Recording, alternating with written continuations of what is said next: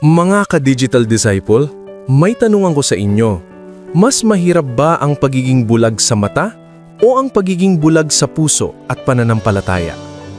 Minsan, malinaw ang ating paningin, pero hindi natin nakikita ang katotohanan ng Diyos sa ating buhay. Panahon na muli para ibahagi ko sa inyo ang mensaheng nagbibigay buhay mula sa Ebanghelyo ngayong araw, 4th Sunday of Lent. Ako po si Brother Rai, Digital Disciple. Sa Ebanghelyo natin ngayon mula sa Juan 9:1-41, nakatagpo ni Jesus ang isang lalaking bulag mula pa sa kapanganakan.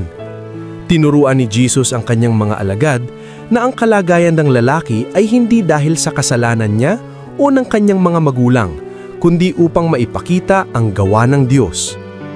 Dumura si Jesus sa lupa, gumawa ng putik, ipinahid ito sa mata ng lalaki at sinabi sa kanya na maghilamos sa lawa ng Siloam. Pagkatapos niyang gawin ito, nakakita na siya. Namangha ang mga tao, ngulit hindi lahat ay naniwala. May ilan pang mga Pariseyo ang nagduda at kinwestiyon ang nangyari. Sa huli, natagpuan muli ni Jesus ang lalaki at tinanong siya kung naniniwala siya sa anak ng tao. Sumagot ang lalaki, "Sumasampalataya ako, Panginoon," at sumamba siya kay Jesus. Mga ka-digital disciple, ipinapakita sa atin ng Ebanghelyong ito ang dalawang uri ng pagkabulag. Ang una ay pisikal na pagkabulag, tulad ng naranasan ng lalaki sa kwento.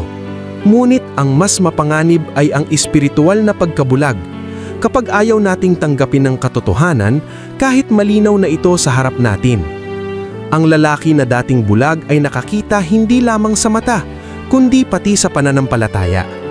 Samantala, ang ilang mga Pariseyo na nakakakita naman sa mata ay nananatiling bulag sa puso dahil ayaw nilang tanggapin si Jesus. Sa panahon ng Kwaresma, inaanyayahan tayong tanungin ang ating sarili. May mga bahagi ba ng buhay natin na parang bulag pa rin tayo? Sa ating kasalanan? Sa katotohanan? O sa presensya ng Diyos? Ang mabuting balita ay ito: kapag hinayaan nating hawakan ni Jesus ang ating buhay, kaya rin niyang buksan ang ating mga mata at puso upang makita ang kanyang katotohanan at pagmamahal.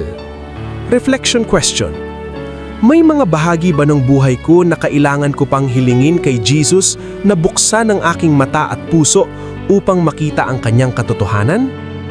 Mga ka-digital disciple, si Jesus ang liwanag ng mundo.